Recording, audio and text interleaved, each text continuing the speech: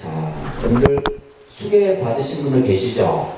우리가 보통 이제 이 수계라는 의식은 스님들은 득도를 하는 첫 단계의 의식이 이제 수계라는 의식을 하게 돼요.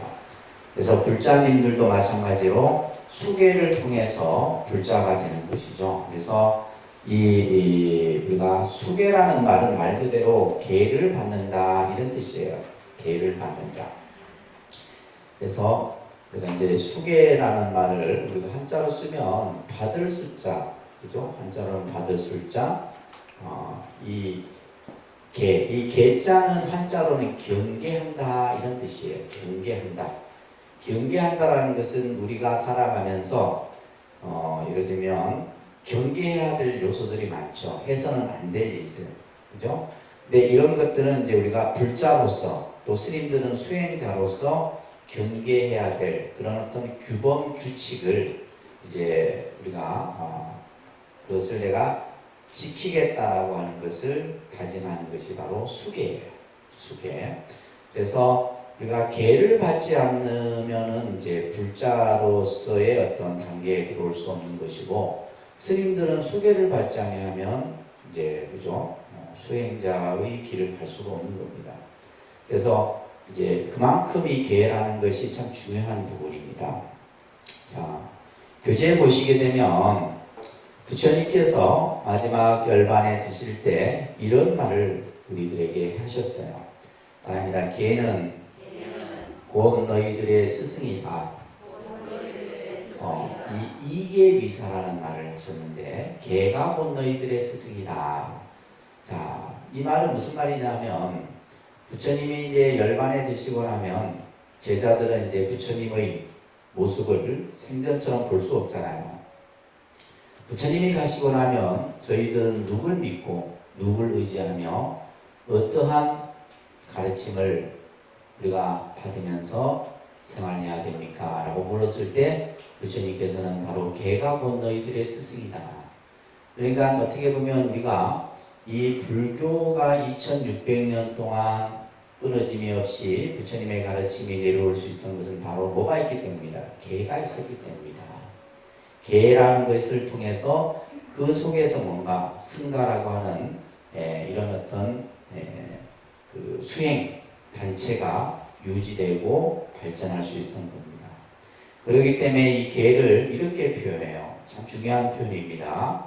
계를 가지는 자는 따릅니다. 계를 가지는 자는 어두운 데서 광명을 만난 것 같고, 가난한 자가 보배를 만나는 것과 같고, 병자가 쾌함을 얻은 것 같고, 감옥에 갇힌 죄수가 석방함을 만나는 것과 같다. 만일 내가 이 세상에 더 오래 산다 하더라도 이와 다를 바가 없느니라.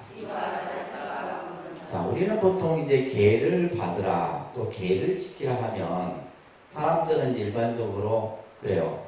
뭔가 내가 자유롭게 내가 하고 싶은 대로 세상을 사는데 이 계를 내가 받음으로써 뭔가 내 삶이 좀 더 이렇게 억압되고 억제되는 그런 이제 생각들을 많이 가져요.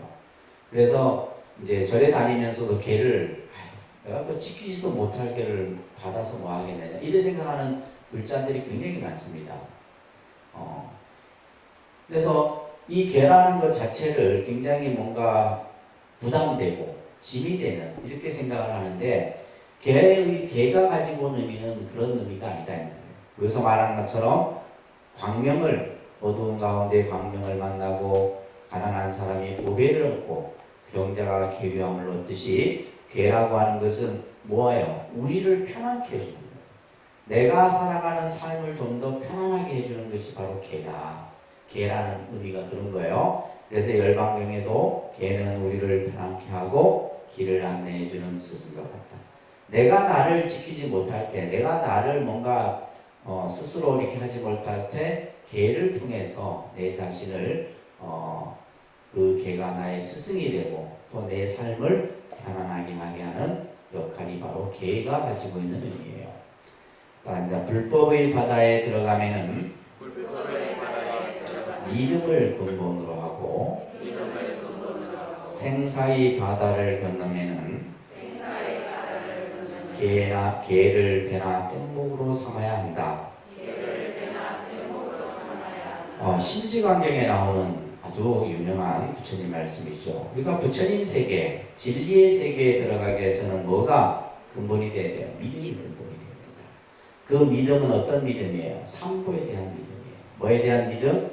삼보에 대한 믿음. 불법성 삼보에 대한 그 믿음을 통해서만이 우리가 부처님의 진리의 세계에 들어갈 수가 있고 생사의 바다를 걷는다. 이 말은 뭐예요? 해탈, 열반에 우리가 가기 위해서는 뭐예요? 계라는 것을 통해서 계를 우리가 지킴으로써 그 생사의 바다를 건너가는 뗏목과 또한 배의 역할을 할 수 있다라는 거예요. 우리가 그냥 뭐 수행만 한다고 되는 게 아니에요. 그 수행 속에는 뭐예요? 계라고 하는 이 근본 정신이 함께 깃들어져야지만 해탈 열반의 길을 갈 수가 있는 겁니다. 자, 우리가 이제 계라는 용어를 조금 같이 이제 이해하는 공부를 좀 해볼게요. 근데 우리가 이제 불교에는 이제 수계할 때는 이렇게 지금 수계라는 말을 쓰지만은 또 다른 표현으로는 계율이라는 말을 용어를 쓰기도 합니다. 따라합니다. 계율. 그래서 이 계율을 같이 쓰기도 하고 이 용어가 가지고 있는 의미는 따로따로 쓰여지는 의미예요. 그래서 계율이라고 하는 한자로 계율. 그래서 계율을 지킨다. 뭐 이렇게 이제 우리가 같이 쓰는데, 자 한번 보시면 계라는 것은 습성이나 성질 이런 이제 이 실화라는 인도의 말을 이제 이 한자로는 계라 이렇게 이제 번역을 하는데 이 뜻이 가지고 있는 것은 뭐예요? 습성, 그죠? 사람이 가지고 있는 습성이 있잖아요. 또 그 사람이 가지고 있는 뭐예요? 성질. 이건 다 개별적인 것들이에요. 그죠? 이 뜻이 이제 바로 이 실화라고 하는 용어 속에 담겨 있어요. 이것을 좀 더 풀어보면 개가 뭐냐 하면 나쁜 마음을, 그죠? 나쁜 마음을 내가 멀리 하려고 하는 마음, 이게 개예요. 여러분들 마음 속에 나쁜 것은 내가 하지 말아야지 하는 마음. 우리가 이건 뭐 윤리적인 거죠, 사실은. 그죠? 윤리적인 부분인데, 그래서 악행을 멀리 여기는 그러한 정신을 의미하며, 이것은 누가 시켜서 하는 것이 아니라, 이것은 뭐예요? 내 안에서 자연히 일어나는 마음의 작용. 그러니까 사람이 이제 보면 선한 사람이 있고 악한 사람이 있잖아요. 예. 선한 사람은 그 사람이 가지고 있는 습성이나 성질이 근본적으로 선해.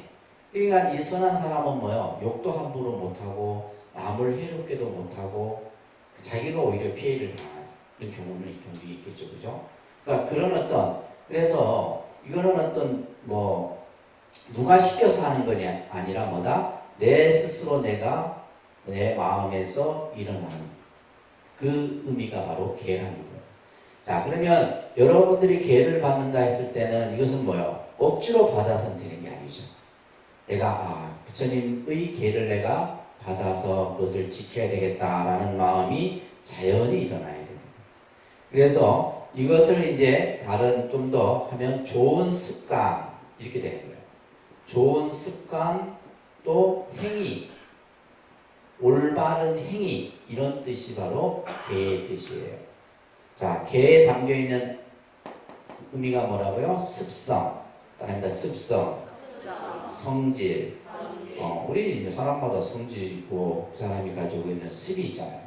근데 이 습은 우리가 보통 뭐 태어나서 3, 4세, 뭐 한두 살, 서너 살, 이때 이제 그 습성들이 사실은 그 습성은 이미 전생 태어나기 전부터 가지고 온 거예요. 가지고 온 겁니다. 그래서 그런 어떤 습성과 성질이라고 하는 개념을 좀 더 현대적으로 풀면 뭐예요? 좋은 습관 이런 뜻이에요. 좋은 습관. 그 다음에 올바른 행위 이런 뜻을 선한 행위 이런 뜻을 가지고 있는 겁니다. 자, 그 다음에 그래서 이제 개가 가지고 있는 의미를 소극적인 의미로는 뭐냐면 말합니다. 방비지약이다 이렇게 표현하는 거예요. 방비지약. 그죠? 좀 한자로 되어 있어서 어려운데 그릇된 것을 막고 악을 그친다 이런 뜻이에요. 방비, 그릇된 안일비자는 그릇된 것을 막고 악을 그친다. 그러니까 이 말은 뭐냐면 내 스스로 뭐요? 나쁜 것을 멀리 하려고 하는 마음. 이게 바로 개예요. 개. 근데 이거는 우리가 흔히 할 때, 우리가 생각할 때, 하지 마라. 이런 개념이에요. 소극적인 의미는. 소극적인 의미는 뭐라고요? 하지 마라. 예를 들면, 싸우지 마라. 훔치지 마라. 거짓말 하지 마라. 여러분들 아이들한테 그러죠? 어릴 때부터 이제 그런 행위를 보게 되면 부모의 입장에서 하지 마라 하지 마라. 이건 소극적인 거예요. 근데 개는 소극적인 의미는 담고 있지만은 이것은 아주 합리적인 것은 안 돼요. 개가 가지고 있는 적극적인 의미는 뭐예요? 적극적인 의미가 이게 중요한 겁니다. 무엇을 해라 이런 뜻이에요. 이걸 잘 이해를 하셔야 돼요. 그래서 우리가 계를 지킨다라고 하는 것은 무엇을 하지 마라. 그러니까 이거 예를 들면 스님이 맨날 하지 마라, 거짓말 하지 마라, 도둑질 하지 마라, 술 마시지 마라, 하지 마라 하면 여러분들은 어때요? 더 하지. 예, 더 하게 된다 이 말이에요. 하지 마라 하면 사람의 심리는 오히려 그냥 더 반발적 욕구가 일어나서 더 하게 돼요. 그러니까 이제 우리가 예를 들면 여러분들이 어릴 때 자녀들에게 하지 마라 교육을 하면 안 돼요. 무엇을 해라. 예를 들면 거짓말 하지 마 이렇게 하면 안 돼요. 어떻게 해요? 착하고 부드러운 말을 해라 이렇게 바꿔야 돼요. 똑같은 말인데도 예를 들면 싸우지 마라 친구와 사이좋게 지내라. 근데 우리는 이 교육을 받은 거예요. 이 교육을. 개라는 의미를 가지고 우리가 이해할 때 이 개념으로 자꾸 여러분들이 이해를 하니까 자꾸 하지 마라 하니까 자꾸 나를 쪼여 만드는 그런 개념으로 생각하는데 적극적 의미는 해라. 그래서 적극적 의미는 지약수선이다. 따라합니다. 악을 그치고 선을 닦아라. 악을 그치고 선을 닦아라. 그러니까 수선의 의미예요. 개가 가지고 있는 적극적인 의미는 선을 실천해라. 살생하지 마라 이게 아닙니다. 살생하지 마라. 그러니까 우리가 표현은 그렇게 해요. 표현은 그렇게 하지만은 개가 가지고 있는 적극적인 의미 속에는 살생하지 마라가 아니고 모든 생명을 사랑하고 보호하고 아껴라 이렇게 이해를 해요. 그러니까 우리가 아까도 개라고 하는 것은 나를 편안하게 하는 거예요. 나를 편안하게 해주고 나를 어둠 속에 광명을 만나는 것과 같고, 그죠? 감옥에 갇힌 죄수가 석방하는 것과 같다는 그런 의미가 바로 개예요. 그래서 우리가 개를 여러분들이 그래서 적극적인 의미로서의 개를 이해를 하셔야 됩니다. 아셨죠? 개의 적극적인 의미는 뭐다? 선을 행하도록 합니다. 선을 행하도록 합니다. 소극적 의미로는 하지 말하지만은 적극적 의미로서 여러분들이 개를 이해해야 되고, 그 다음에 이제 율이라고 하는 개념이 있겠어요. 그죠? 율. 자, 이 율이 가지고 있는 의미는 뭐냐면, 그래서 이 개는 뭐냐면 자발적인 행위예요. 따릅니다. 자발적 행위. 그죠? 내가 예를 들면 자발적인 행위라는 것은 내가 나쁜 짓을 하지 말아야지, 착한 일을 해야지 하는 것은 누가 시켜서 하는 것이 아니다 이 말이에요. 누가 시켜서 하는 거예요. 우리는 이제 여러분들은 이제 학습을 통해서 가정교육을 통해서 또 학교 교육을 통해서 우리는 그것을 익혀왔지만은 이것은 누가 하는 거예요? 예를 들면 몽둥이 들고 때리고 그냥 야단친다고 그게 되는 게 아니다 이 말이에요. 그렇잖아요. 스스로 그걸 내가 해야 되는 것이지 누가 시켜서 되는 게 아니에요. 그래서 개는 뭐다? 자발적 행위예요. 반면에 이제 율이라고 하는 것은 비나야라는 뜻을 가지고 있는데 이것은 어떤 의미냐 하면 규칙, 행위 규범 이런 뜻을 가지고 있어요. 규칙과 규범의 뜻을 가지고 있어요. 규칙과 규범.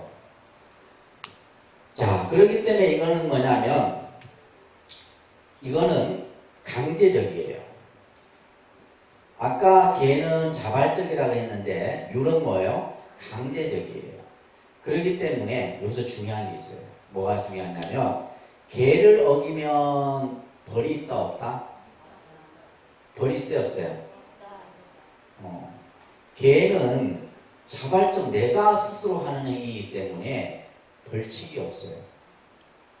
예를 들면 내가 예를 들면 뭐 내가 길을 가다가 뭐 다른 생명을 죽이든 우리가 예를 들면 이제 뭐 살인을 한다거나 이러는 이제 큰 어떤 것과 또 작은 거의 차이는 있겠지만은 개의 어떤 속성에 담겨 있는 그래서 예를 들면 우리 스님들 같은 경우 5개, 뭐 10개, 250개 이렇게 봤는데 그걸 어긴다고 해서 예를 들면 뭐 어떤 벌칙이나 조항이 없어요. 근데 율은 강제적이면서 뭐가 있다? 벌칙이 있게 되는 거예요.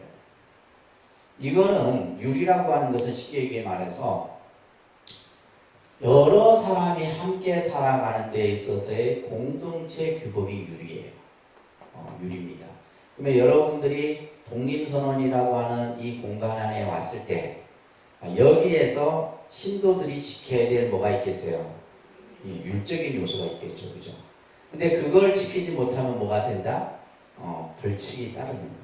근데 계를 어겼다고 해서 뭐예요? 벌칙은 없는 거예요. 이거는 내가 스스로 뭐 하는 거예요? 참회를 하고, 그죠? 부처님께 내 잘못을 인정하고 하게 되면 그것은 없어지는 거예요. 이런 부분들이 차이가 있는데, 자, 그러면 이러한 계율이 언제 제정이 되었느냐라고 했을 때 수범 수제에 의해서 제정이 되게 됩니다. 그러니까 수범 수제. 이걸 중요한 내용이에요. 수범 수제. 수범 수제는 뭐냐 하면 제자들이 어떠한 행위를 범했을 때 그에 따른 제정이 만들어지는 거예요. 그러니까 우리가 예를 들면 어떤 규범이나 규칙이나 또 어떤 계의 조항들이 한나라시에 만들어진 게 아니다. 그때그때 만들어지게 돼요. 그래서 계율을 제정할 때는 당시 상황, 최초의 범계자, 누가 그 일을 처음에 범했느냐, 또 어떤 그로 인해 따른 사회적 반응, 요즘에 우리 보면 사회에서 일어난 여러 가지 사건, 사고들 봐보세요. 뭐가 하나 생기면 양반, 그죠? 서로 양쪽으로 나뉘어서 이런 이제 사회적인 어떤 그런 동향들, 그러면서 이제 이러한 문제점들을 미리 막고 어떤 그 기준을 마련하기 위해서 수범 수재의 원칙에 의해서 이렇게 제정이 되게 됩니다. 어느 날 부처님이 사기불에게 이런 얘기를 해요. 열애의 바른법이 세상에 오래도록 머물게 하려면 반드시 뭐가 있어야 된다? 엄격한 계율이 있어야 된다. 그러면서 이 계율로서 제자들을 잘 행동이나 여러 가지 수행에 있어서의 지켜야 될 부분들을 잘 막아야 한다. 이것은 마치 뭐와 같느냐? 잘 정돈되어 흩어지지 않는 꽃다발. 우리 꽃다발은 뭐예요? 끈으로 그 꽃다발을 다 이렇게 묶어놨기 때문에 흩어지지 않고 잘 꽃다발로서의 모양을 유지하는 거잖아요. 그렇게 해놓았기 때문이다. 이렇게 얘기하자 사리부리 부처님께 부처님이시여 그러면 저희들이 지켜야 될 계율을 제정해 주십시오. 이렇게 하자 부처님이 하신 말씀이 있어요. 그 밑에 뭐라 되어 있어요? 해지지 않는 새 옷을 미리 기울 것은 없다. 이 말은 뭐예요? 잘하고 있는데 여러분들이 아무 문제 없이 잘하고 있어. 잘하고 있는데 미리부터 뭐 하지 마라, 뭐 해서는 안 된다, 이런 식으로 미리 제정할 필요는 없다. 그래서 어떤 상황이 발생됐을 때 그때에서 자, 밑에 보시면 수리나라고 하는 비구가 이제 음행을 이렇게 범하게 되는데 이 수리나라는 비구는요 아주 부잣집 아들이에요. 부잣집 아들인데 출가했어요. 그러니까 당시에 이제 보면 이제 출가하는 사람들이 보면 신분도 최상 계층의 신분을 가진 자들이 출가를 하고 근데 이 수디나는 외아들이었어요. 외아들. 그러니까 집에 재산이 너무 많은데, 그러니까 이제 이 수디나가 갑자기 이제 출가를 해버리니까 이제 어머니 혼자서 늘 걱정이 뭐였냐면, 후사를 이을 아들이 없으면 어떻게 돼요? 이 집안의 모든 재산이 국고로 다 들어가는 그런 법이 그 당시에 있었다고 해요. 그래서 어머니가 이 조상 대대로 그죠? 그 만들어놨던 그 재산을 아들은 하나고 하나인 아들은 어떻게 해요? 출가한다고 부처님 제자가 되어버렸고, 그래서 늘 이제 그래서 계속 이제 출가하기 전부터도 네가 출가를 그렇게 하고 싶으면 후사를 이을 아들만 하나 만들어 놓고 가라. 그래도 이제 수진아가 출가를 해버린 거예요. 그래서 이제 어머니가 곰곰이 생각하다가 꾀를 낸 거예요. 꾀. 어떤 꾀를 냈냐면, 하루는 이제 부처님과 제자들을 집으로 초청을 합니다. 부처님 당시 때는 공양청이라는 게 있었어요. 뭐가 있었다고요? 공양청을 하는 거예요. 그래서 미리 부처님과 제자들을 몇 날 몇 시에 부처님을 비롯해서 제자들을 집으로 초청을 해서, 그러니까 몇 사람이 초청한 게 아니라 기본 움직이면 1000명, 2000명 대중이 움직이니까, 그러니까 이제 웬만한 경제적인 그죠? 이렇게 부를 가지지 아니하면 쉽지가 않은 일이죠. 그래서 이 수디나라는 어머니가 이제 부처님을 기원정사에 가서 공양을 초청을 하고 그날 이제 제자들을 모시게 돼요. 근데 어머니는 이제 미리 아들도 올 거라는 생각을 하고 아들을 따로 부릅니다. 아들을 따로 불러요. 따로 불러갖고 이미 어머니 머릿속에는 뭐예요? 며느리까지 다 준비를 해놨어. 며느리까지. 그래갖고 집에 와서 부처님과 제자들이 공양을 하는 중간에 이 수디나를, 이 비구를 따로 불러서 어머니가 정말 막 그냥 물을 끓고 간청을 하죠. 그래서 이 아들은 어머니 청을 못 이겨서 이제 후사를 이렇게 만들게 됩니다. 그리고 나서 이제 수디나가 이제 정사로 돌아와요. 정사로 돌아오고 나서는 수디나 얼굴이 이제 자기가 행한, 그죠? 그 때문에 얼굴에 이제 막 이렇게 늘 근심이 있었던 거예요. 누구에게 말도 못하고. 어느 날 부처님이 수디나를 부릅니다. 요즘에 네 얼굴 안색이 별로 안 좋다. 무슨 일이 있었느냐. 그러자 그때서 이제 수디나가 그 상황을 얘기합니다. 그래서 그때 부처님이 바로 뭐예요? 모든 출가한 수행자는 삿된 음행을 해서는 안 된다라고 하는 불사음계가 제정이 되게 돼요. 그러니까 이런 식의 이제 내용들이 보면 율장이라고 하는 곳에 다 있습니다. 그때 누가 어떤 연유로 해서 어떻게 해서 이것이 제정되고 이런 것들. 그 다음에 단니다라고 하는 제자가 도둑질을 해서 불투도계가 제정이 돼요. 니가란타라고 하는 제자가 살인을 해서, 그죠?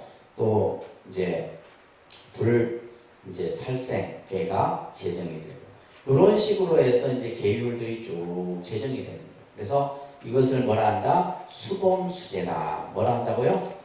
수범수제에 의해서 계율이 제정이 되게 되는데, 부처님께서는 이제 이 계율을 제정하면서 10가지 의미를 설명하고 있습니다.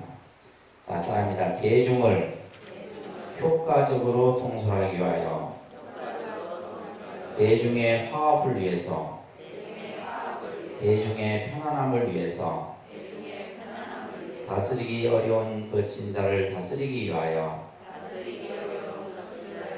참회하는 자를 편안하게 해주기 위하여, 믿음이 없는 자에게 믿음을 주기 위하여, 믿음이 있는 자는 더욱 믿음을 증장하기 위하여, 번뇌를 끊게 하기 위하여, 내세의 악보를 끊기 위하여, 바른 부처님의 법이 영원토록 하기 위하여. 자, 이 10가지 19위는 굉장히 중요한 내용이에요. 그래서 부처님이 계와 율을 제정한 것은 이 10가지의 이 의미를 담고 있기 때문이에요. 자, 지금 첫 번째, 두 번째, 세 번째, 네 번째까지의 내용이 뭐냐면 대중을 위한, 대중에 있어서. 그래서 이제 우리 스님들은 출가를 하게 되면 제일 먼저 어떤 공부를 하게 되냐면요. 대중에서 생활하는 것을 우리가 보통 대중생활이다 얘기를 해요. 대중생활. 대중은 이제 보통 3인 이상, 3인 이상이면 대중이라고 해요. 대중. 그래서 우리가 큰 무리다 이런 말이죠. 그죠? 한자로 대중이라고 할 때 큰 무리다. 여럿이 이제 모여있는 모습을 대중이라 합니다. 그래서 스님들은 이제 처음 출가하게 되면 이 대중 생활을 하게 되는데, 대중 생활에 있어서, 그죠? 대중 생활에 있어서 가장 중요한 것이 뭐냐? 어떤 요소냐 하면 화합입니다. 뭐라고요? 이 화합을 강조하셨어요. 부처님께서. 대중이 수행을 하는 데 있어서 제일 지켜야 될 것이 예를 들면 살생도 아니고 도둑질도 아니에요. 화합입니다. 화합. 그래서 화합을 깨뜨린 사람은 가장 엄한 규정. 심지어는 이제 산문출송까지 하게 되는 거예요. 산문출송. 요즘에 우리나라 이제 한국 사찰에서 산문출송이라 이제 제가 있을 때도 이제 산문출송을 이렇게 당하는 스님들이 여럿이 있어요. 예를 들면 예불을 빠지거나 공양에 참석하지 않거나 이런 건 뭐야? 대중 화합을 깨는 가장 근본적인 요소가 됩니다. 가장 근본적인. 왜냐하면 통도사 같은 경우는 200명 스님들이 하는데 대중 한 사람이 만약에 예불을 한다면 대중이 뭐예요? 199명이 그 스님을 걱정을 하는 거예요.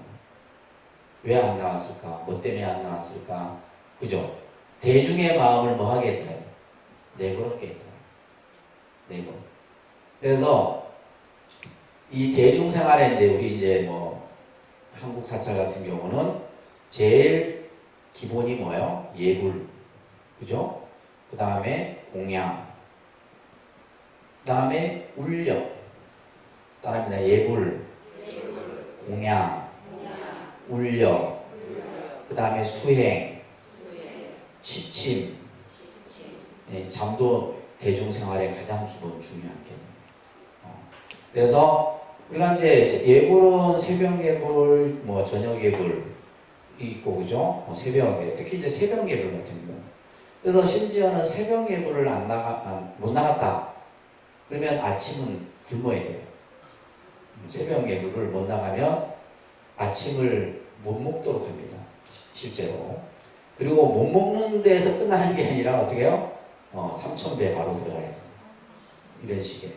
굉장히 엄청나게 엄격하죠. 공양. 예를 들면 이 공양도 대중생활에 있어서 화합을 지키는 가장 중요한 요소예요. 내가 배가 아파. 입맛이 없어. 그래도 공양에 앉아 있어야 돼요. 그래서 바루를 우리가 스님들이 아침에 바루 공양을 하는데 바루를 피지 않고 그냥 빈 바루로 딱 있더라도 나와 앉아 있어야 돼요.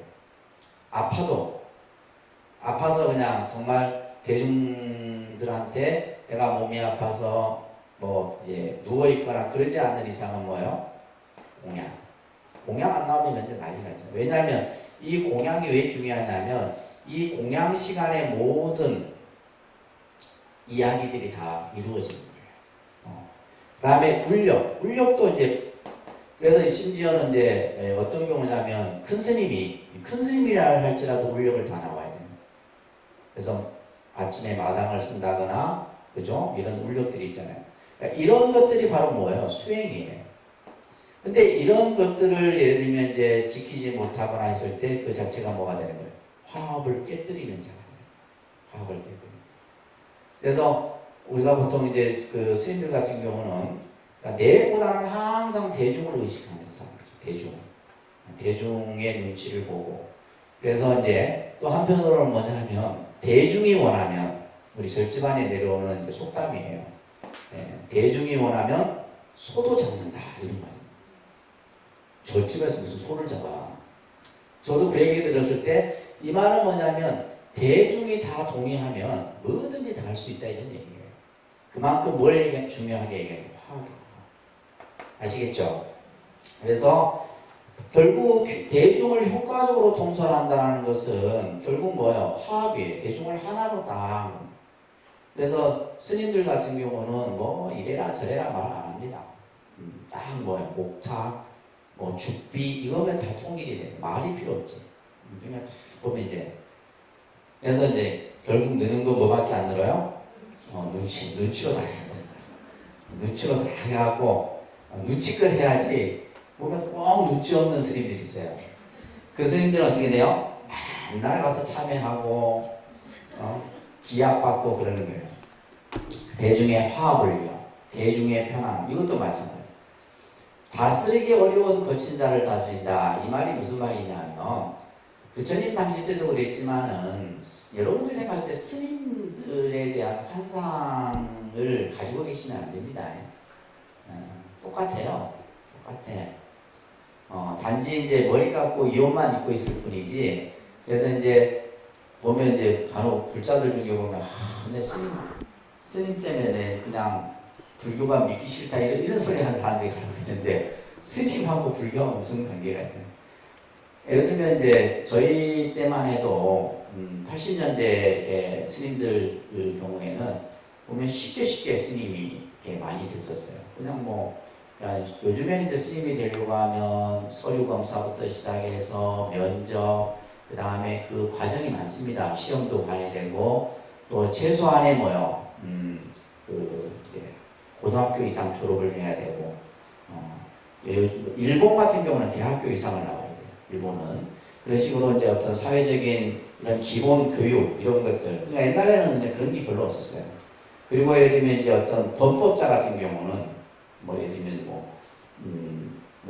감옥을 갔다 왔다거나 이제 다 그런 건 이제 범죄 사실을 경찰서에서 다 떼와서 다 소리를 내야 돼.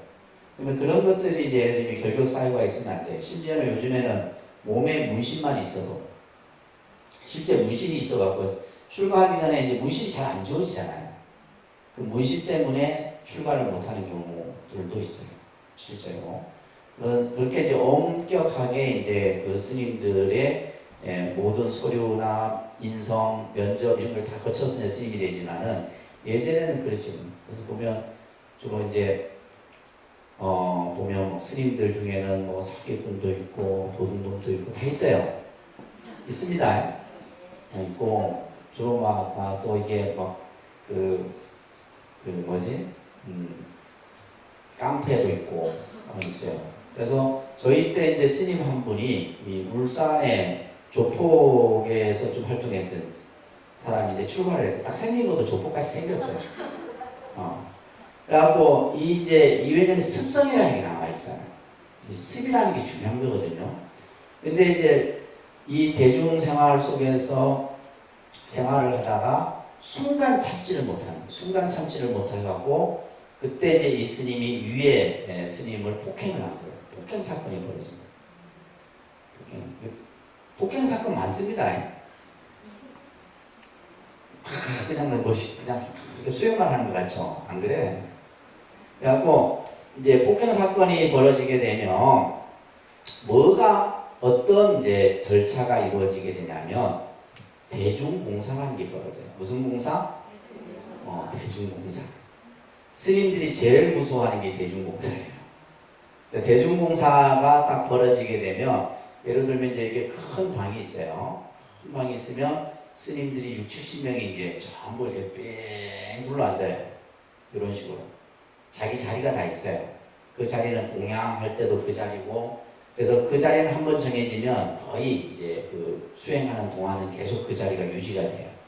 그래서 이제 이 그 폭력을 행사한 스님을 가운데 딱 앉혀놓고, 그것도 그냥 앉혀놓은 게 아니에요. 무릎 꿇고.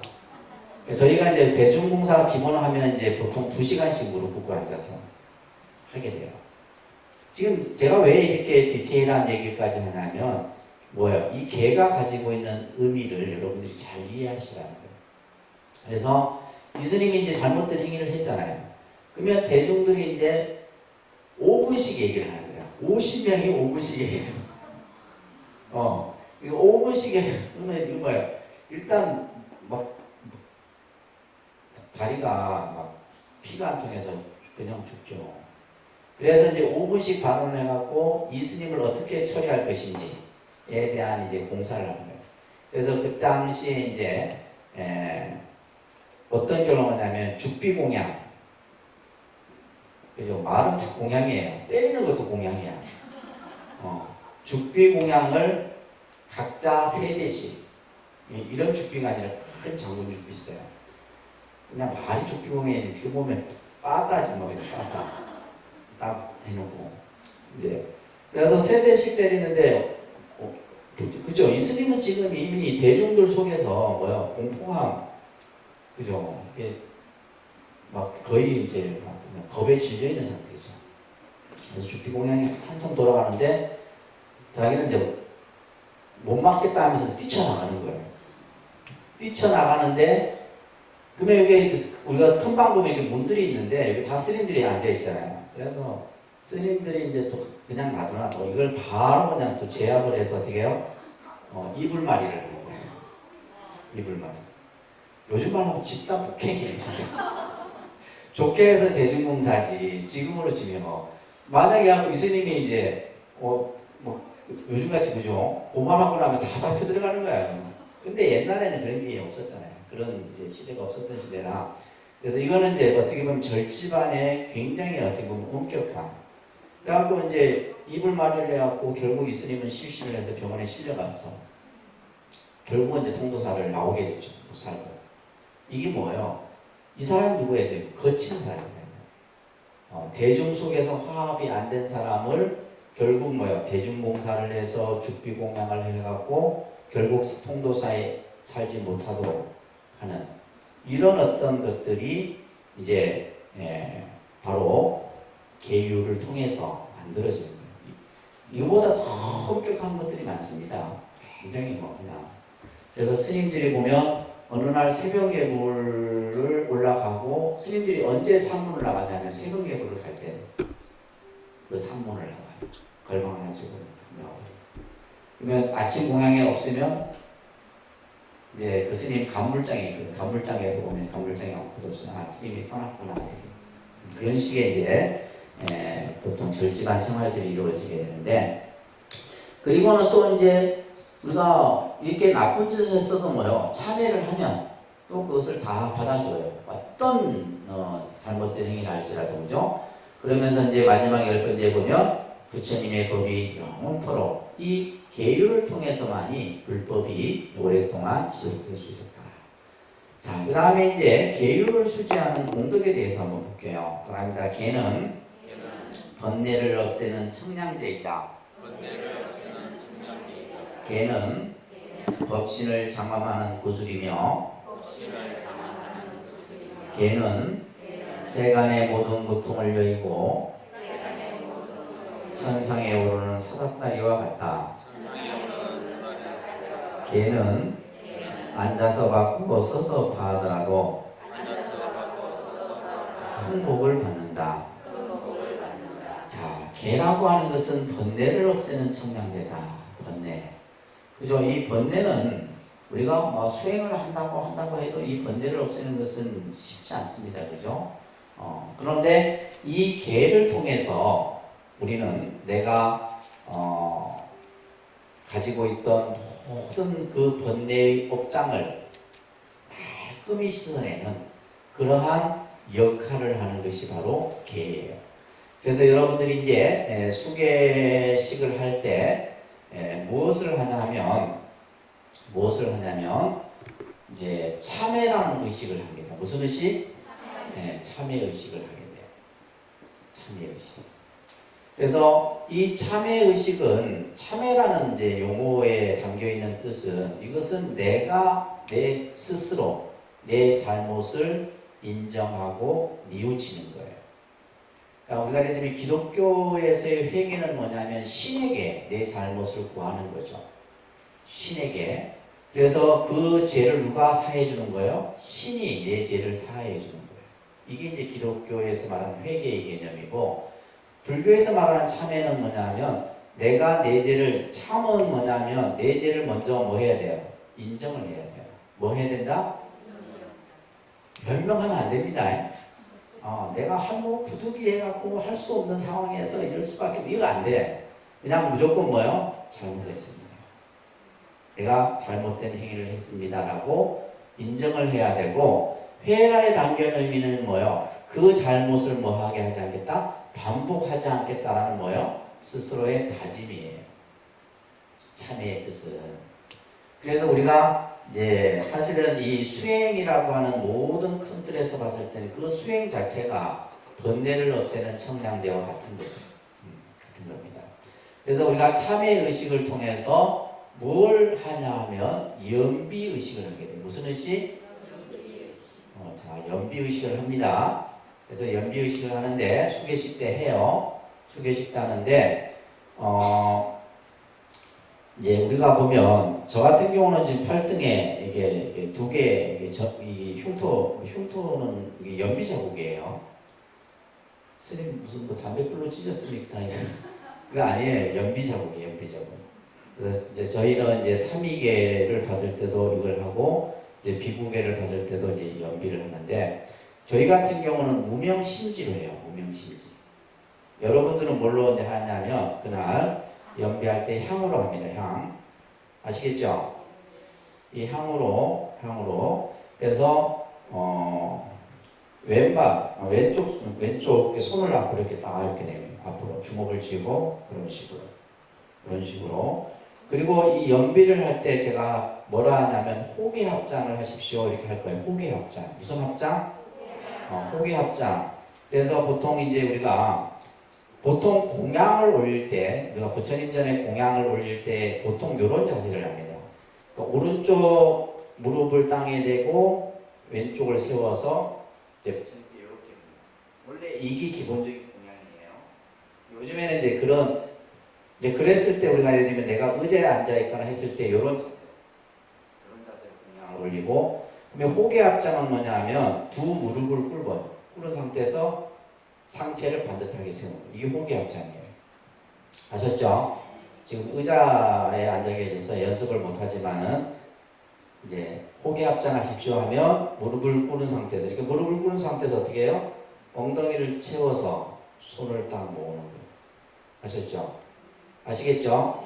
호계 합장하고 연비할 때는 호계 합장한 상태에서 손을 이렇게 딱 앞으로 내미십니다.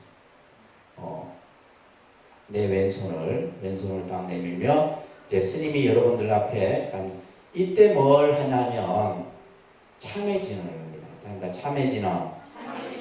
옴 살바 모짜 오지 사다야 사바하. 옴 살바 모짜 오지 사다야 사바하. 옴 살바 모짜 오지 사다야 사바하. 자, 이럴 때 이제 이 참회진언을 쫙 대중들이, 근데 스님들이 하는 수계 의식을 보면요 정말 환희심이 납니다. 정말 환희심이 나요. 그래서 저희가 이제 처음 수계를 제가 저 같은 경우는 이제 범어사에서 했었는데 이제 수계식을 하기 전에 이제 일주일 정도 범어사에서 이제 대중이 이제 시험도 보고 막 이런 절차들을 밟아요. 그때 한 15일 했었나? 하루에 3,000배씩 해요. 하루에 3,000. 그 15일 동안 매일 3,000배 하고 교육받고 수행하고 이제 하면서 그러다가 이제 마지막 하루 전날 되면 이제 뭘 하게 되면 리허설을 하게 돼요. 리허설. 수계식에 대한 리허설을 하게 되고 뭐 지금같이 이제 호계 합장은 어떻게 하고 연비할 때는 어떻게 하고 이런 부분들을 이제 설명을 해줍니다. 또 계율에 대한 강의도 듣고 그래요. 그러면서 제가 제일 인상 깊었던 게 뭐냐면 그날 이제 수계를 할 때 스님들은 어느 누구에게도 절하지 않습니다. 스님은. 그래서 그 수계할 때 마지막 절을 해요. 마지막 절을 누구에게 하냐면 첫 번째 국가의 절을 해요. 나라가 있어야 될 거 아니에요, 그죠? 국가의 절을 하고 또 국왕의 절을 해요. 국왕의 절. 옛날 이제 이건 어떻게 보면 이제 우리가 전제군주 시대의 어떤 그런 모습이지만 그래도 우리가 이제 그 나라에 제일 그 국왕에게 절을 하고 그 다음에 누구에게 절을 하냐면 스승에게 절을 해요. 스님이 할 수 있는 마지막 절이에요. 수계를 할 때. 그래서 내가 지금까지 공부를 올바른 길을 갈 수 있도록 해준 그죠? 스승에게 절을 하고 마지막 절이 바로 누구냐면 부모예요. 그래서 스님이 출가를 해서 어느 누구에게도 절을 하지 않습니다. 스님들은. 그래서 심지어는 이제 그 중국에서는 스님은 왕에게도 절을 하지 않는다. 이미 뭐예요? 출가하기 전에 수계를 출가하기 전에 이미 다 한 거예요. 그래서 왕에게도 절을 하지 않는다 이런 이제 주장을 했던 스님들이 있어요. 그래서 마지막에 이제 부모에게 절을 하는. 그 의식이 가장 아주 인상이 깊었던.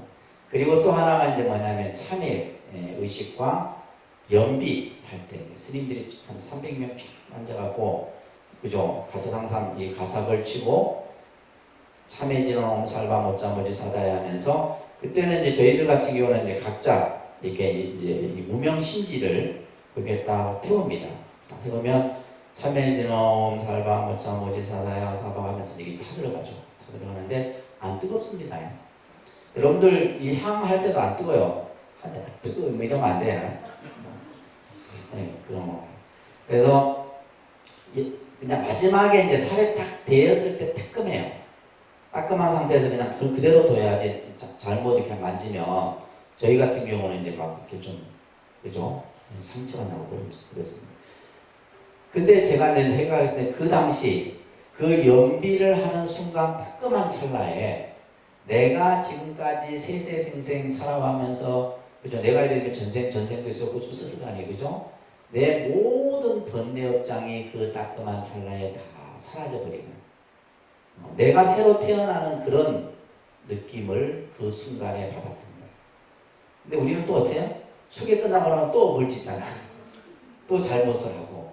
이게 문제인 거지.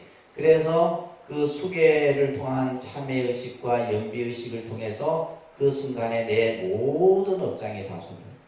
그래서 계라고 하는 것은 번뇌를 없애는 청량제와 같은 거예요. 내가 새로 태어나는 거예요. 아시겠어요? 네, 그래서 개 가지고 있는 공덕의 그런 그리고 법신을 장엄하는 구슬이고 천상에 오르는 사다리. 이 마지막 네 번째가 중요해요. 얘기했죠. 내가 개를 못 지키면 어떻게 할까? 개를 못 지키고 그냥 파면 지옥에 가는 게 아닐까? 아니에요. 개는 뭐요? 앉아서 받고 서서 파하더라도 개가 가지고 있는 공덕은 무량하다 그랬어요. 그래서 우리 불자들은 개는 한 번 받고 끝나는 게 아니라 계속해서 받을 수 있는 겁니다. 내가 그 개를 통해서 우리는 뭘 하는 거예요? 참회의식과 연비의식을 통해서 스스로 내가 내 자신을 또 되돌아보는 시간이 바로 이 개의 수계의식을 통해서 이루어지는 거예요.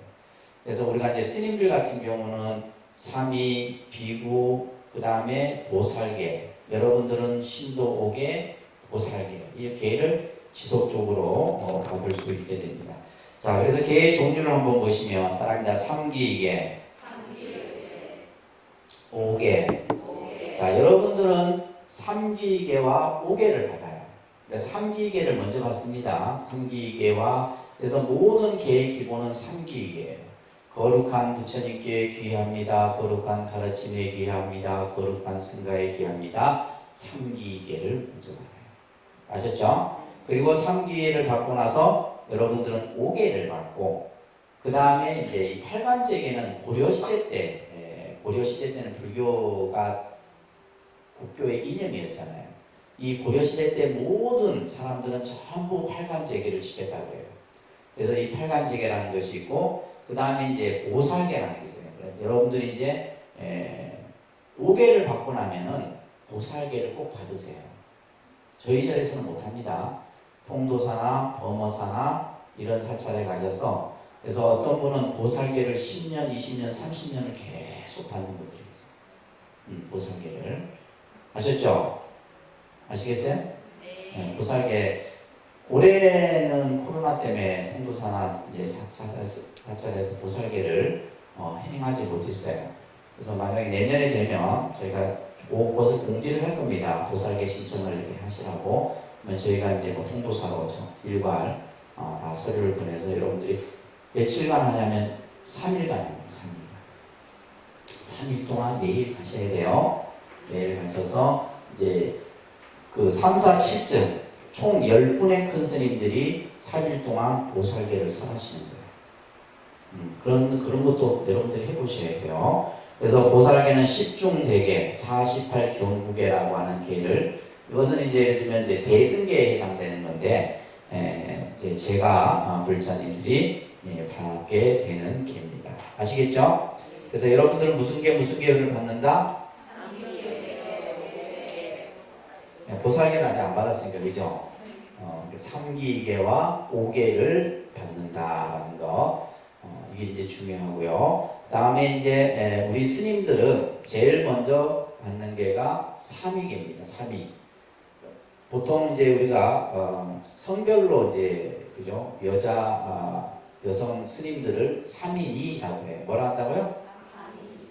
3위, 3인이 이렇게. 그래서 3위, 3인이계는 10계를 받아요. 몇 개? 10계를 받게 돼요.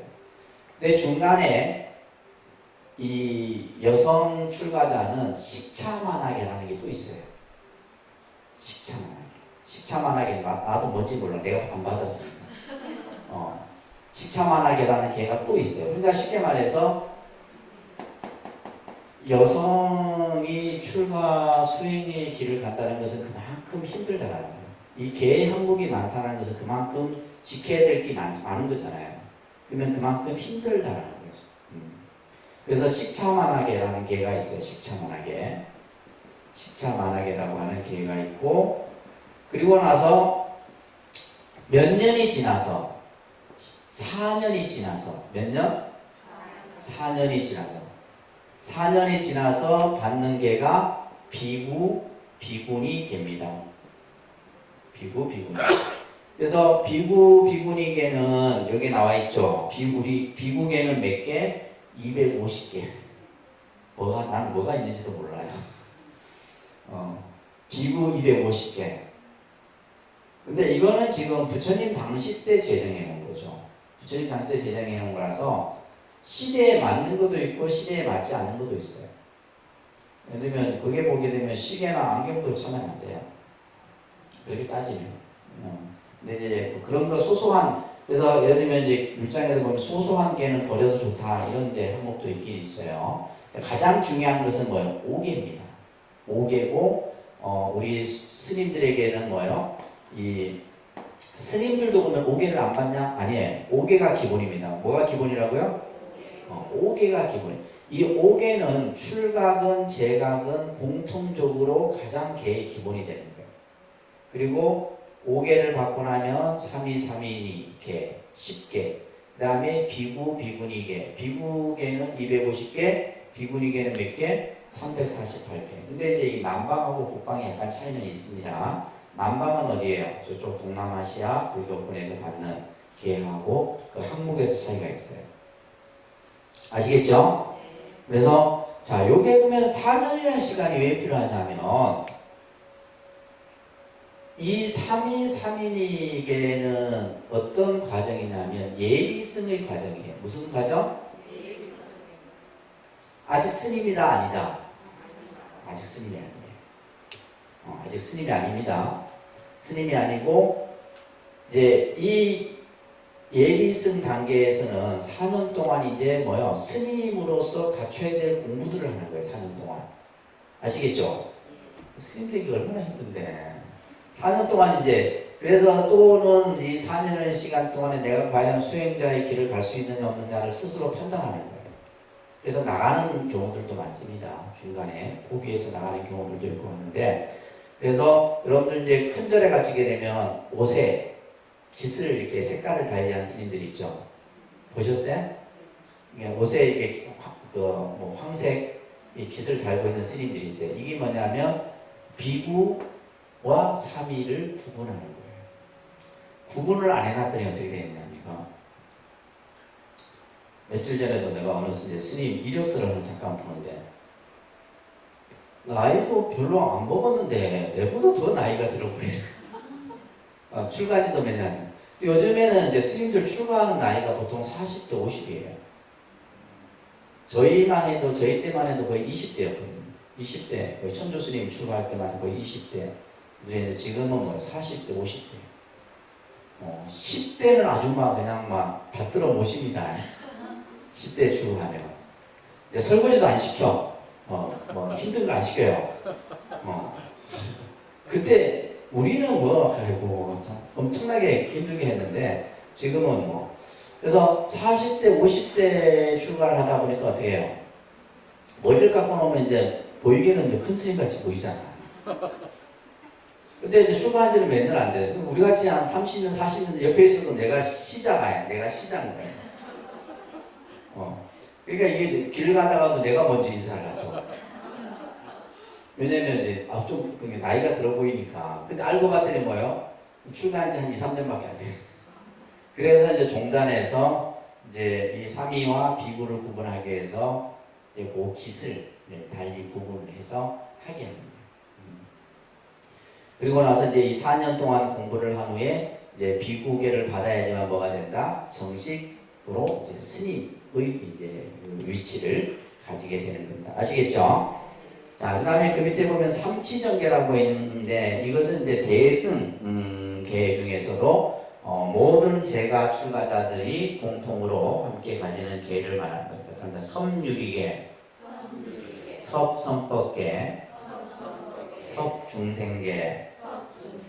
섬유리계라고 하는 것은 모든 5계와 8계 등 일체 모든 계율을 다 포섭하여 지닌다, 지킨다라는 뜻이고, 그러니까 선법계는 뭐냐면 모든 선법, 좋은 행위들을 다 잘 지키겠다.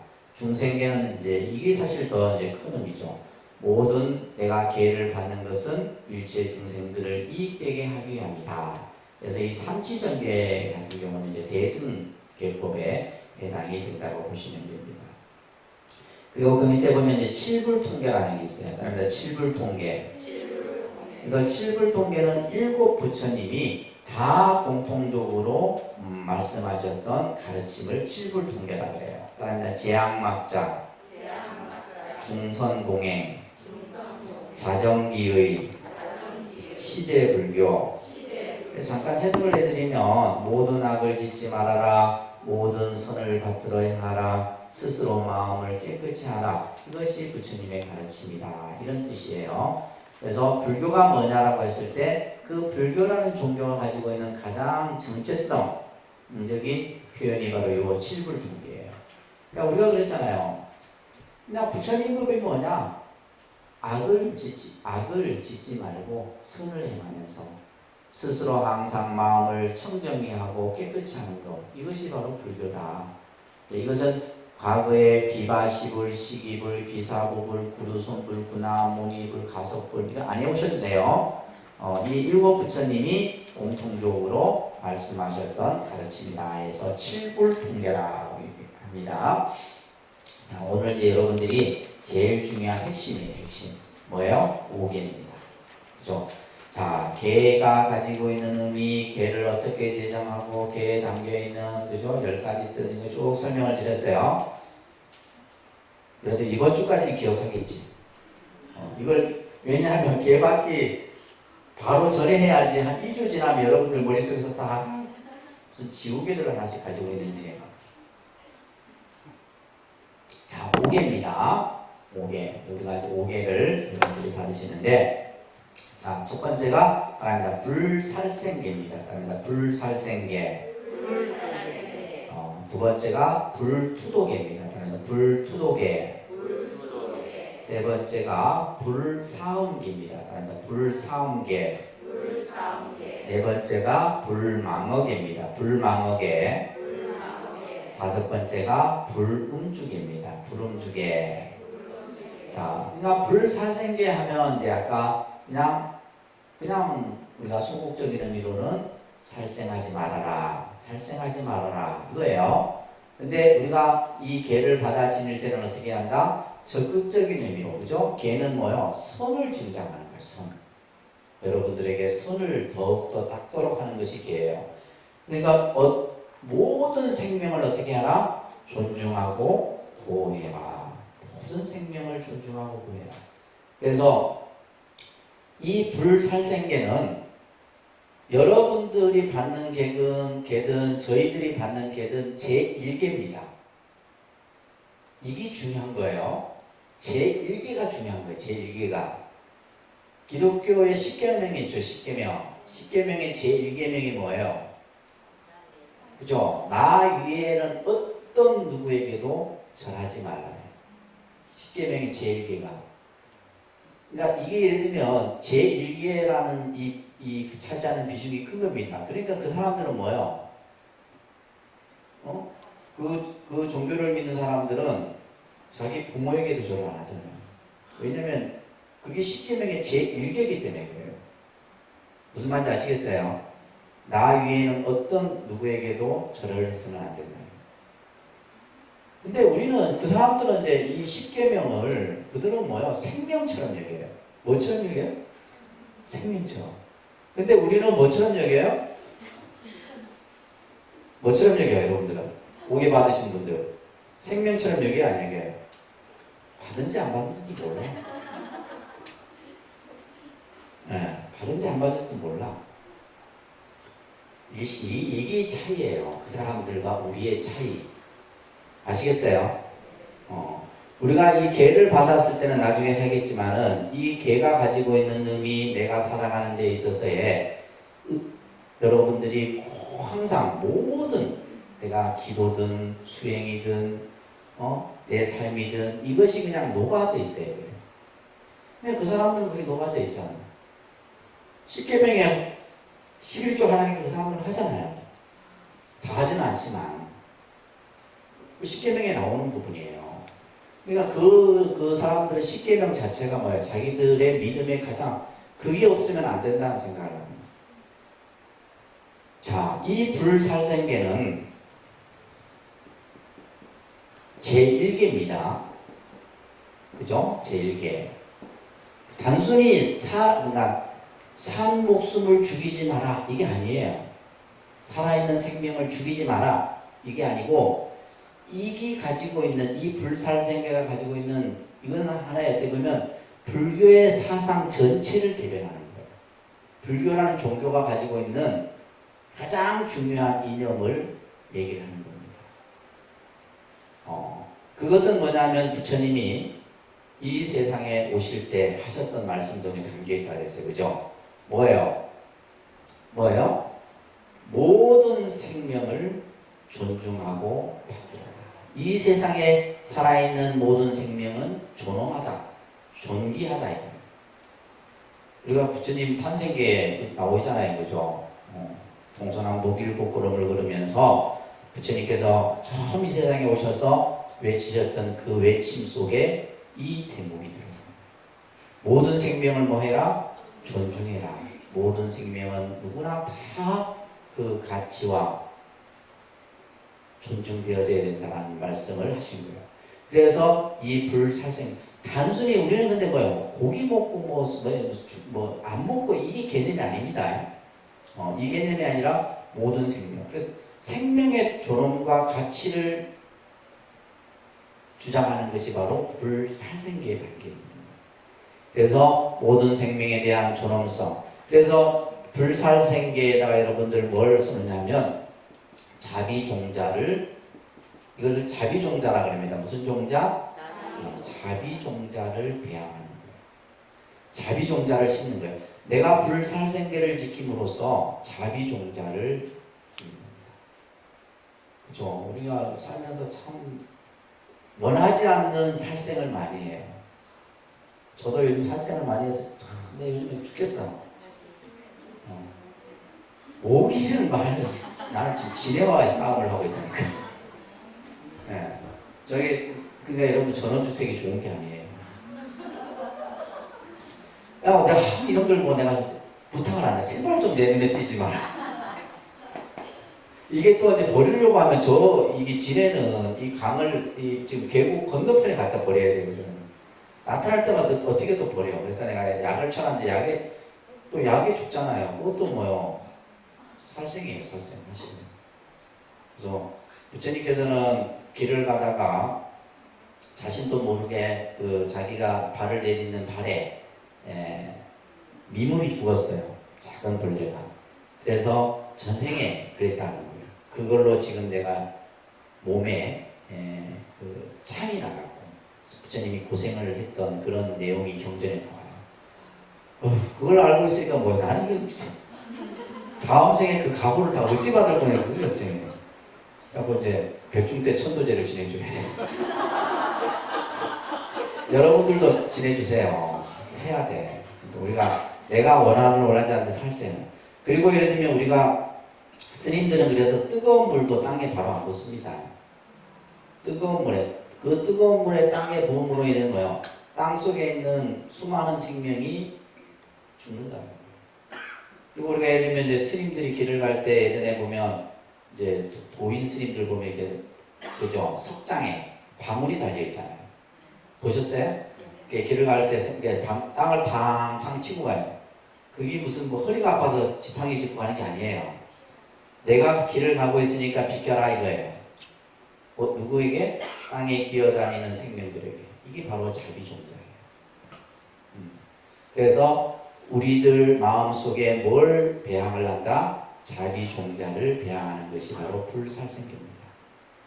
아시겠죠? 그래서 인간이 사실 참 무서운 생명 중에 하나예요, 사실.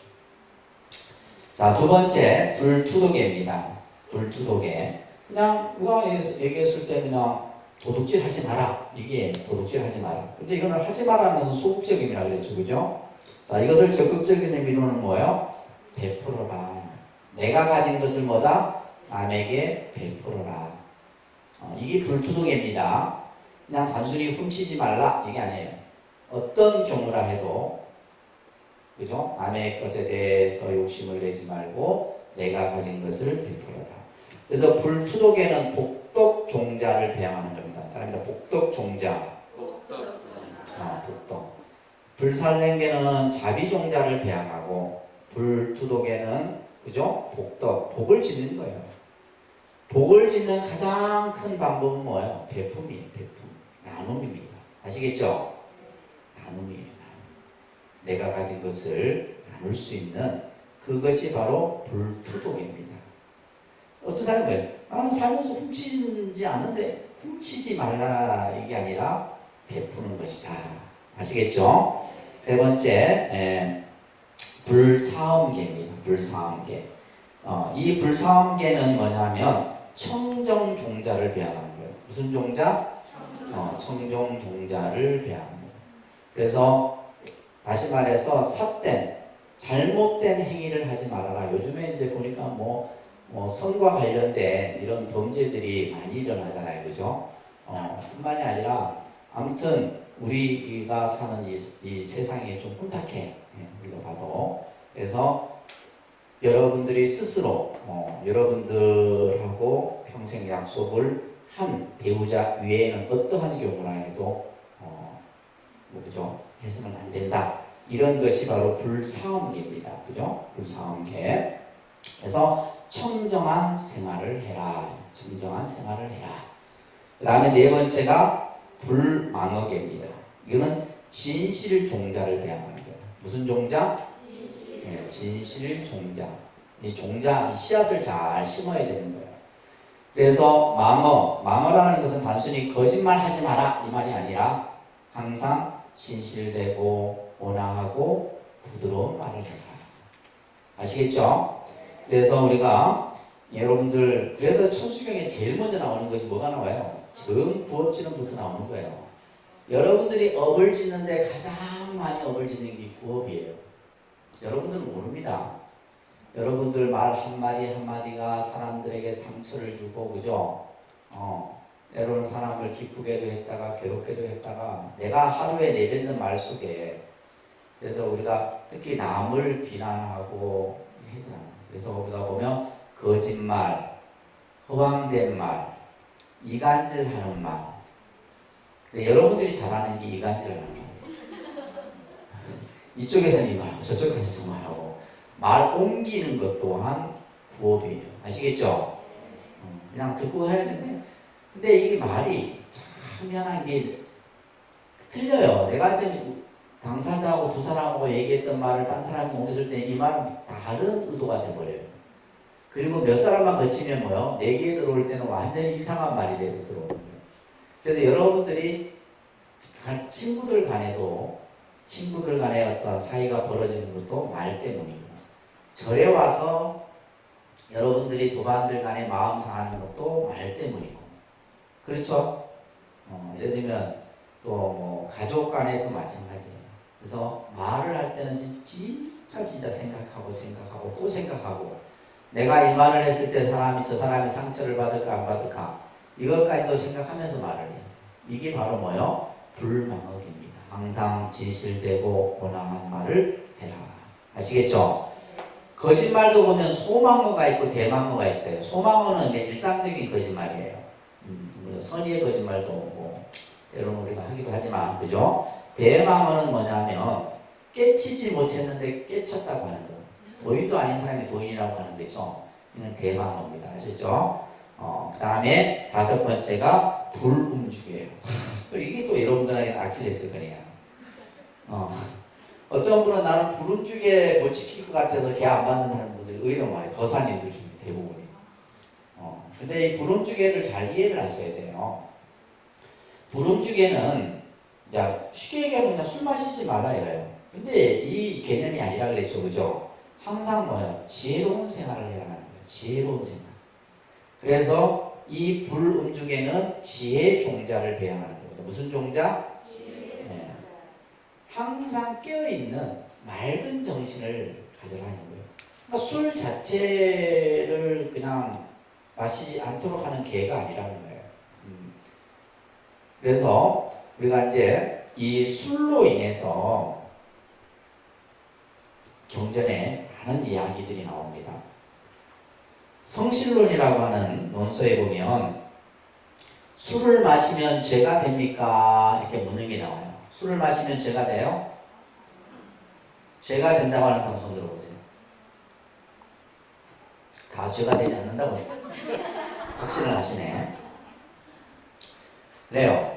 술을 마시면 죄가 됩니까? 라고 물음에 죄가 되지 않는다. 이렇게 먼저 답을 합니다. 왜냐하면 말합니다. 술을 마시는 것은 중생을 괴롭히는 것이 아니기 때문이다. 그러나 우리는 말은 끝까지 들어봐야 됩니다.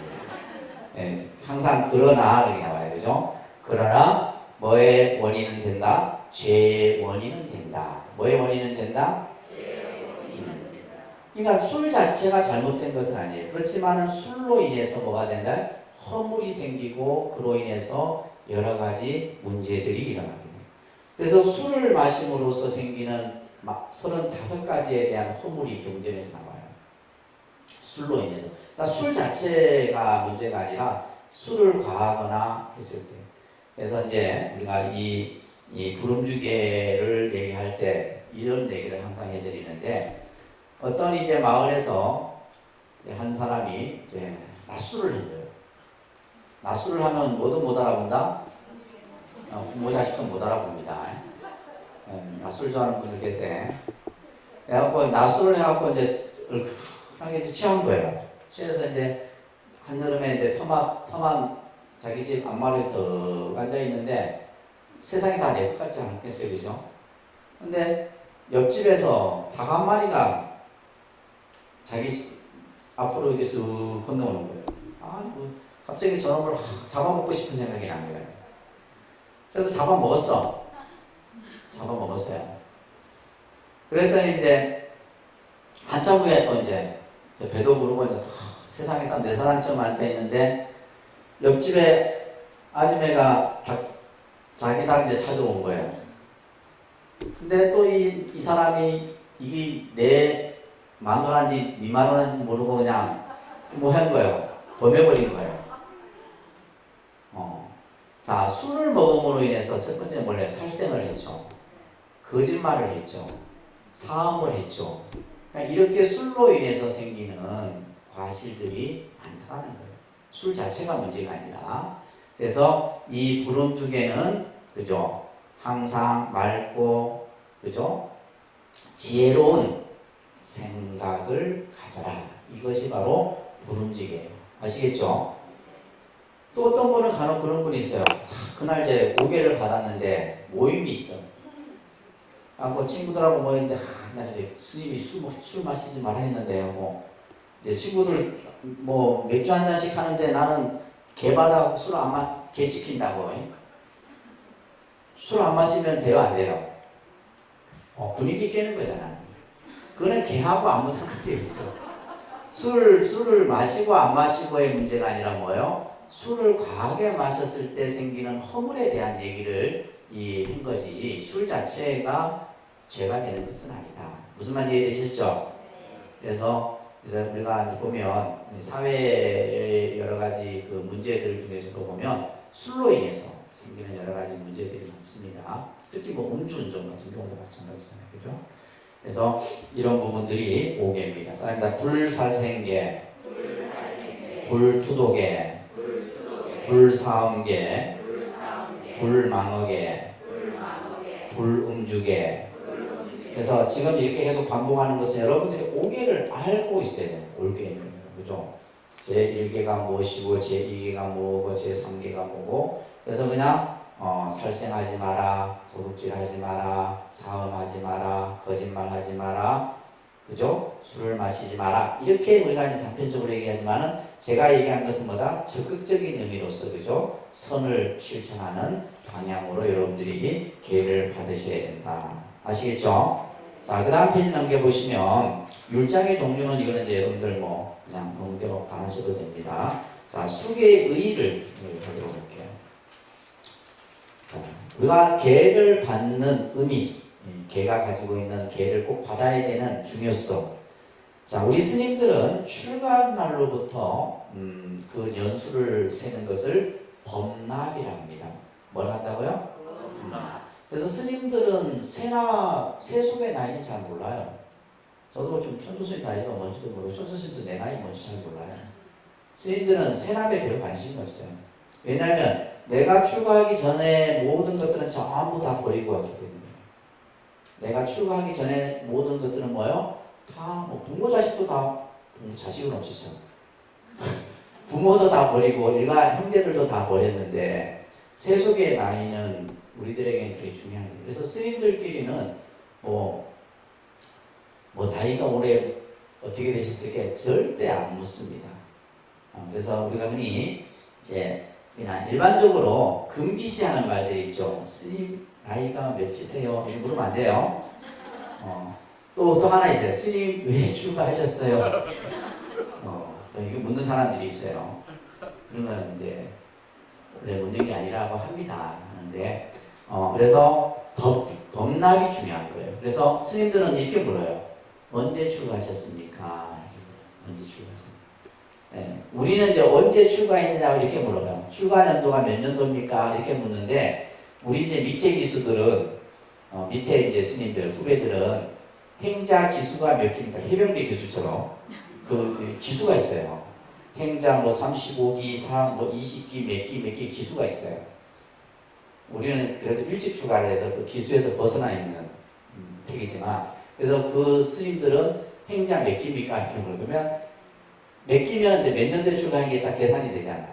그렇게 해서 이제 하게 되고, 또 우리가 이 법납이 모든 것을 다 정해요. 아까 우리가 공양할 때 자리부터 시작해서 예불 할 때 자리부터 시작해서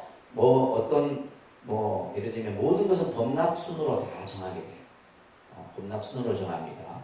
그래서 때로는 이제 그 출가 연수가 한 달 차이 나는 경우도 있고 15일 차이가 나는 경우도 있고 아주 가지각색이에요. 스님들도 보면. 그래서 이 법납이 중요하고, 자, 그러면 여러분들에게도 마찬가지죠.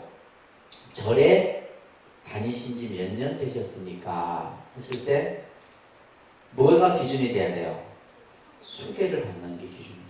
아셨죠? 수계를 안 받았으면 빵년이야. 아시겠어요? 나중에 연탄장 앞에 가서도 연탄장에 그 계산 안 해줘요. 수계를 받는 해부터 절에 다닌 연수가 되는 거예요. 아시겠죠? 그러면 그렇게 치면 뭐 문제가 많이 생깁니다. 스님들 같은 경우도. 자, 그래서 이제 우리가 그만큼 수계라고 하는 이 기준점이 중요하다는 겁니다. 그래서 우리가 불자들이 수계를 받는 것은 말 그대로 뭐예요? 불자의 탄생을 의미하는 거예요. 새로운 불자의 탄생. 그래서 불구소생자. 이 불구소생자라는 말이 이제 불자에 담겨 있는 의미예요. 자, 그러면 이제 여러분들이 이제 수계를 받음으로부터 가장 중요한 것이 뭐냐? 내 삶과 행동이 변해야 돼요. 삶과 행동. 자, 여러분은 수계를 받음으로써 뭐가 되는 거예요? 수계를 받기 전에는 그냥 세속의 아내고 어머니였고 딸이었어요. 그죠? 근데 내가 수계를 받는 후부터는 뭐가 하나 더 생기는 거예요? 불자라고 하는 닉네임이 하나 더 만들어지는 거예요. 그러면 불자라고 했을 때는 뭐가 돼요? 불자다운 행동, 불자다운 삶, 불자다운 가치관이 만들어져야 된다는 거예요. 무슨 말 이해되세요? 그래서 우리가 이제 이 수계를 받음으로써 여러분들은 불자이기 때문에 받는 이름을 하나 또 받게 돼요. 그것을 뭐라 그래요? 불명이라고 그럽니다. 뭐라 한다고요? 불명. 근데 우리가 이제 보통 뭐 이 법명이라는 이 명칭과 이것을 그냥 혼용해서 많이 쓰는데 그것도 좀 잘 정리가 안 돼 있어요. 그러니까 스님들은 뭘 받는 거예요? 법을 받는 거예요. 법. 그러니까 법을 받는다는 것은 스승이 제자에게, 그죠? 우리가 이제 출가를 할 때는 제일 먼저 스승을 정하죠. 제일 먼저 우리 같은 경우는 스승을 먼저 정합니다. 스승을 정해서 나중에 이제 수계를 받을 때는 스승으로부터 이름을 받는데 그 받는 이름이 바로 뭐예요? 법명이에요. 그래서 그것은 단순히 이름을 받는 게 아니라 그 스승의 법을 받는다 라는 뜻에서 법명이라 쓰는 것이 합당하고, 여러분들은 이제 불자, 그죠? 부처님의 아들, 딸의 불자로서 받는 이름을 뭐라 한다? 불명이라 한다. 또 하나 이제 우리가 또 혼동하는 것이 있어요. 뭐냐면 우리가 예를 들면 옷을 표현할 때도 여러분들이 입는 옷은 무슨 옷이에요? 불자복이라 해야 되는데 그냥 또 어떤 사람들은 법복이라 해요. 법복. 법복은, 그죠? 법복은 우리 스님들이 입는 옷은 뭐예요? 승복이지. 스님들은 승복이고 여러분들이 법복 입는다 하면 되겠어요, 안 되겠어요? 이거는 앞뒤가 안 맞는 거예요. 우리가 그냥 용어를 그냥 막 쓰는데 개념 없이 써서 그래요. 또 스님들도 잘 몰라. 그냥 써. 그냥. 스님들은 뭘 입어요? 승복. 여러분들 불자니까 뭐야? 불자복. 이렇게 맞잖아요. 그러면 법복이라 했을 때는 스님들이 수하는 이 가사가 법복이에요. 이것을 법이라고 합니다. 법의. 그래서 예를 들면 제가 이 가사와 장삼은 예를 들면 부처님 경전을 할 때나 의식을 할 때만 입지, 내가 이거 입고 막 그냥 백화점도 가고 막 시장도 가고 갈 수 있어요? 안 되는 거예요. 이것은 내가 부처님의 전에 공양을 올리거나 부처님 경을 설하거나 의식을 할 때만 입을 수 있는, 이것을 뭐라 한다? 법복이라고, 법의라고 해요. 법이라고 하는데, 그러니까 이런 용어들도 이제 우리가 여러분들이 잘 이해를 하셔야 됩니다. 그래서 우리가 이제 이 불명을 받고 여러분들의 삶과 행동이 변해야 되고, 그렇게 하기 위해서는 뭐예요? 일상생활 속에서 늘 부처님의 가르침을 배우고 그 가르침을 실천하는 노력이 수반이 돼야 되고, 또한 여러분들은 항상 이 수계를 받고 나서는 모든 일을 함에 있어서 항상 삼보에 대한 생각, 이게 가장 기본입니다. 그래서 기도를 할 때도 내가 절에 와서 뭐 부처님께 예배를 올릴 때도 내가 또 무엇을 부처님께 공양을 올릴 때도 모든 내 삶의 가장 기본은 뭐다? 삼보에 대한 공경과 삼보에 대한 예경심이 먼저 갖춰져야 돼요. 아셨죠? 알겠습니까? 우리가 삼보에 대한 믿음, 삼보에 대한 공경, 삼보에 대한 예경. 그러면서 여러분들은 또한 삼보를 보호할 책무가 여러분들에게 있는 거예요. 그러니까 예를 들면 우리가 흔히 그러잖아요. 자, 여러분들이 불자가 되면 불자로서의 뭐가 있어요? 권리가 있겠죠. 권리. 불자로서의 권리가 있고 권리만 있으면 안 되죠. 뭐가 또 당연히 져야 돼요? 의무가 져야 되는 거거든요. 근데 우리는 이 두 가지를 같이 생각을 안 하는 거예요. 사람들은 뭐냐면 권리만을 내 어떤 그죠? 권리만 생각하는 거예요. 내가 지어야 될 의무는 생각하는 거예요. 그래서 여러분들이 불자가 됐을 때는 불자로서의 권리. 여러분들이 이제 수계를 받는 후부터 불자가 되면은 여러분들에게는 뭐요? 항상 이 후법 선신들이 여러분들을 항상 옹호를 합니다. 여러분들이 나쁜 것으로부터 지켜주고 보호해주는 이런 어떤 부분들이 생기는 거예요. 그리고 또한 내가 의무는 뭡니까? 삼보를 보호할 책무가 여러분들에게 있는 거예요. 삼보를 보호할 책무가 있는 거예요. 그래서 여러분들이 다니는 사찰, 내가 다니는 신행 공간 이런 것들에 대해서 항상 생각하고 내가 도울 일이 뭐 있나, 내가 해야 할 일이 뭐 있나 이런 생각들을 가져야지만 불자로서의 여러분들이 올바른 자세를 가질 수가 있는 거예요. 또한 우리는 수계를 통해서 일상생활 속에서 항상 마음이 편안하고 또한 믿음이 증장되고 또 여러분들의 삶에 활기가 넘칠 수 있는 그런 여러분들이 불자로서의 계를 운영할 수 있어야 된다라는 거예요. 그래서 우리가 불자가 되는 순간 여러분들은 뭐예요? 삶의 질이 향상돼야 됩니다. 삶의 질이. 그 삶의 질이라고 하는 것은 뭐예요? 내 행동과 생각을 통해서 변화를 통해서 만들어질 수 있는 거예요. 그냥 기존에 그냥 여러분들이 쭉 살아왔던 삶이 아니라 내가 불자가 되면서 새로운 내 삶을 다시 여러분들은 부여받게 되는 것이다. 근데 우리 불자님들은 보면 너무 때로는 타성에 젖어 있어. 그냥 마치 취미처럼 신앙생활을 하고 습관처럼 절에 다니고 그러는 경우들이 많습니다. 그러면 안 돼요. 늘 우리는 하루하루 깨어 있어야 되고 순간순간 내 스스로를 내가 변화시킬 수 있는 주체적인 그런 어떤 의식을 여러분들이 가지셔야 됩니다. 그랬을 때 우리 불교는 발전할 수 있는 거죠. 안에서는 스님들이 그런 생각, 스님들도 마찬가지예요. 여러분들에만 해당되는 얘기 아니라 우리들도 마찬가지예요. 우리들도 스님은 스님으로서의 역할과 책무를 다해야 되고 불자는 불자로서의 역할과 책무를 해야 돼요. 이거는 똑같이 주어지는 겁니다. 아시겠죠? 자, 그러면서 여러분들은 개를 잘 운용을 해야 되는데 그 운영의 방법을 지범개차라 합니다. 그러니까 지범개차. 그죠? 우리가 계를 받는 것은 지키는 것이 목적이에요. 그죠? 그 계를 잘 지키겠습니다. 여러분들이 나중에 선계상을 할 때 그렇게 선서를 합니다. 계를 잘 지키겠느냐? 제가 물어요. 그럼 여러분들은 능히 잘 지키겠습니다. 라고 얘기를 하는 거예요. 그래서 계는 지키는 것이지만은 때로는 계를 범할 때는 범할 줄도 알아야 된다. 이 말이에요. 근데 중요한 것은 그것을 아전인수격으로 해서 내 입장의 어떤 편리성, 그죠? 만을 고려해서 운영해서는 안 되고, 자, 이것이 바로 뭐냐면 지범개차예요. 그러니까 가질 지자예요. 그죠? 지닌다. 개를 뭐냐면 수지한다 이런 뜻이에요.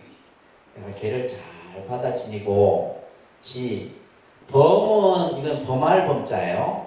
범한다. 범은 뭐냐면 내가 때로는 개를 안 지켜도 돼요.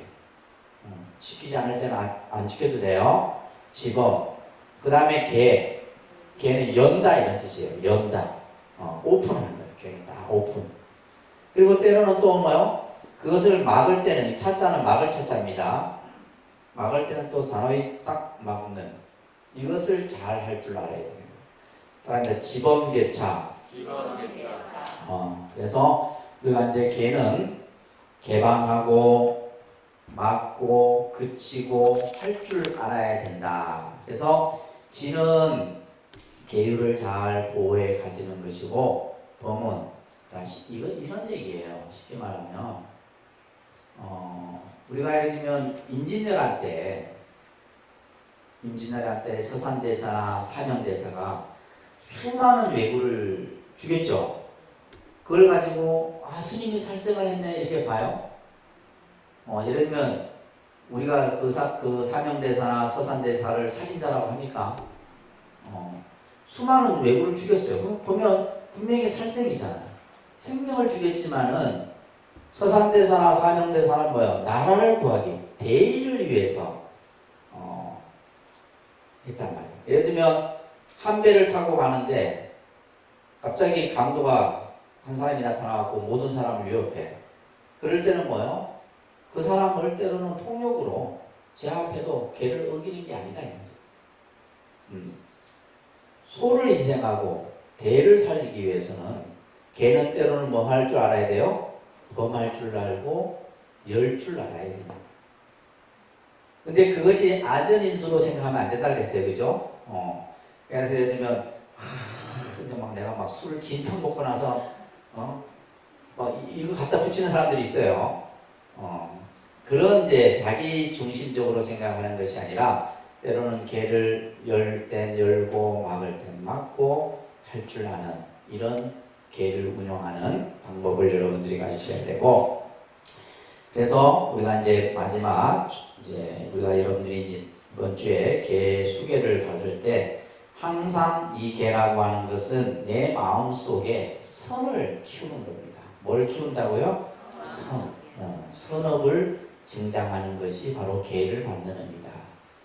그래서 내가 개를 받음으로써 이제 내가 행동을 할 때는 한 번 더 생각을 하게 되겠죠, 그죠? 불자로서 또 여러분들이 집에 가서도 마찬가지예요. 그래서 우리가 여러분들이 이제 수계를 할 때 불명을 받고 또 불자, 그래서 이제 우리가 보통 이제 불자복 같은 경우도 제가 이번 수계 때는 불자복 얘기를 좀 안 했어요. 안 했는데 근데 참 옷이라는 게 희한해요. 왜 어떻게 희한하냐면 절에 온 지 처음 뵈는 사람이 불자복을 입으면 안 어울려. 옷과 내가 따로 놀아. 여러분 느끼시죠? 느껴요? 못 느껴요? 그러니까 제3자가 봐도 딱 표가 나요. 딱 표가 나. 근데 이게 이제 연수가 갈수록 그 옷이 자기에게 맞아져요. 스님들도 마찬가지예요. 통도사 가면 3년차, 4년차 스님들 옷 입은 거 보면 안 어울려요. 근데 예를 들면 이제 5년이 지나고 10년이 지나고 20년이 지나면 안 어울리는 옷도 입혀놔도 뭐예요? 어울려요. 옷이 그런 것 같아. 그래서 이제 불자복도 사실은 예를 들면 요즘 전통 시계 형태의 옷들은 불자복이 아닙니다. 그래서 우리가 이제 이 불자복도 사실은 조금 현대적으로 디자인이 좀 연구를 했는데도 잘 안 나와. 잘 안 나와서 제가 그리고 불자복은 여러분들이 절에 와서 기도를 하거나 내가 뭔가 수행을 할 때 입으셔야지 불자복 입고 백화점 가고 시장 가고 이러지 말란 말이에요. 특히 부산 신도들이 잘 입어요. 부산 신도 가면 롯데 이런 데 가면 불자복 입는 사람들 많아요. 불자복은 어떻게 입고 다니면 안 돼. 딱 내가 이제 절에 올 때 기도할 때 딱 입고, 그래서 저희 절 같은 경우는 이제 옷을 갈아입을 수 있도록 그런 공간들이 있는데 그런 것들을 이용하셔서 여러분들이 이제 딱 하고 딱 해놓고 그냥 막 시장 갈 때도 있고 온몸을 다 입고 하니 이게 뭐냐면 없는 거예요. 이해가. 그런 것들도 여러분들이 잘 해서 아무튼 이번 주 토요일 몇 시요? 2시입니다. 저희가 문자 공지를 다시